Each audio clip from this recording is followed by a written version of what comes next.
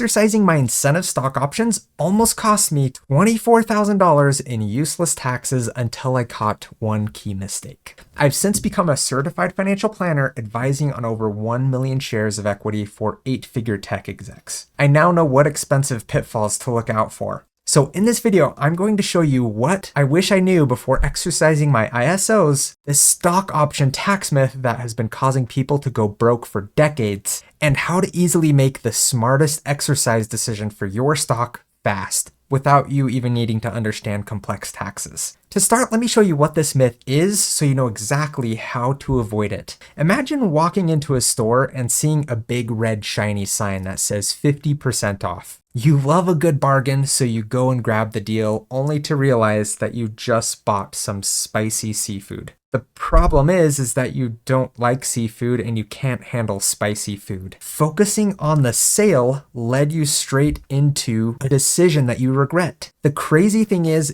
people regularly do this with their incentive stock options, focusing on the sale and ending up with spicy seafood. Let me show you how to avoid this mistake so you can actually get a good deal on your stock options. If you ask AI or your coworkers about your stock options, chances are they'll tell you to optimize for one thing and nothing else: taxes. They falsely assume that focusing on reducing taxes will get you the best outcome. But making your decision solely based on taxes is like buying spicy seafood because it's on sale. It might look like a good deal, but you could actually trigger regret for years because you neglected to look at the whole picture. So let me show you how to avoid this trap and actually make a stock option decision that could earn you far more than just saving on taxes alone. At a family dinner recently, my brother-in-law asked me if he should exercise his stock options from his startup. He wanted to know what the smartest move was. And after a few questions, I could tell him exactly how to pay $0 in taxes. But I cautioned him against the $0 tax move. Why? Because focusing solely on the taxes would have likely cost him more in the long run. Let me show you how through a hypothetical question. Would you rather have $1 million or a percentage of $1 million?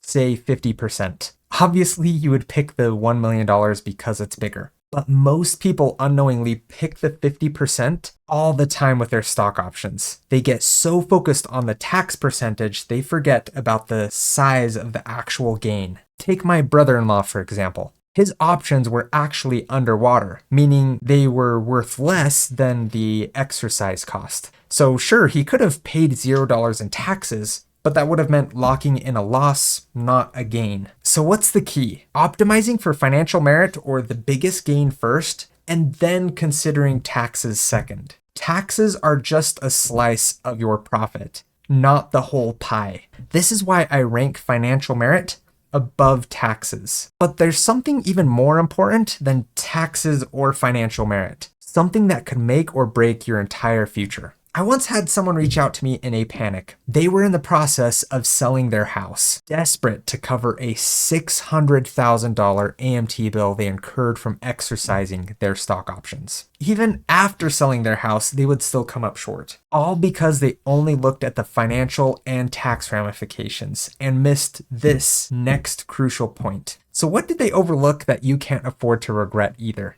Let me start with this question. Can Elon Musk afford to lose $10 billion? Sure he can. He's Elon Musk.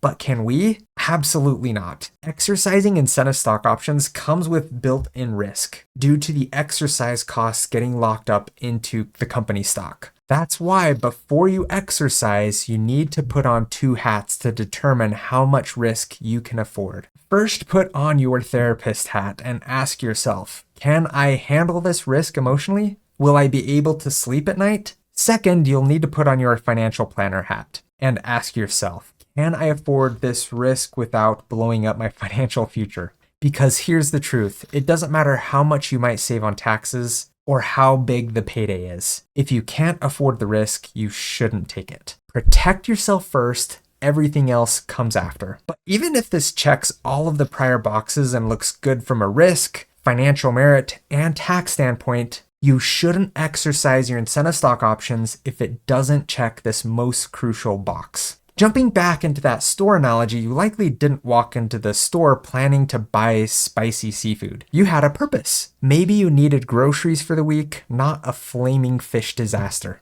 But you lost sight of your purpose the moment you saw a flashy sale sign. Wouldn't it have been smarter to remember why you were there in the first place? Of course. That's why I help my clients focus on one thing before they even look at the risk. If you don't know your real purpose, you're way more likely to get distracted by shiny deals or scary tax headlines. Just like grabbing spicy seafood before anything else. Pause and ask yourself, what am I really trying to accomplish with this money? Once you know your why, every other decision about risk, financial merit, or taxes gets way easier and a lot smarter. But even if you use this framework and decide that exercising is your next best move, there's still one huge question left. When should you actually exercise? That timing could mean the difference between having to sell your house to cover your tax liability and a $0 tax bill. So don't miss as I break down the 3 smartest times to exercise your incentive stock options so you can make a move with total confidence. Click here to watch now and ensure you'll never leave your money or peace of mind on the table.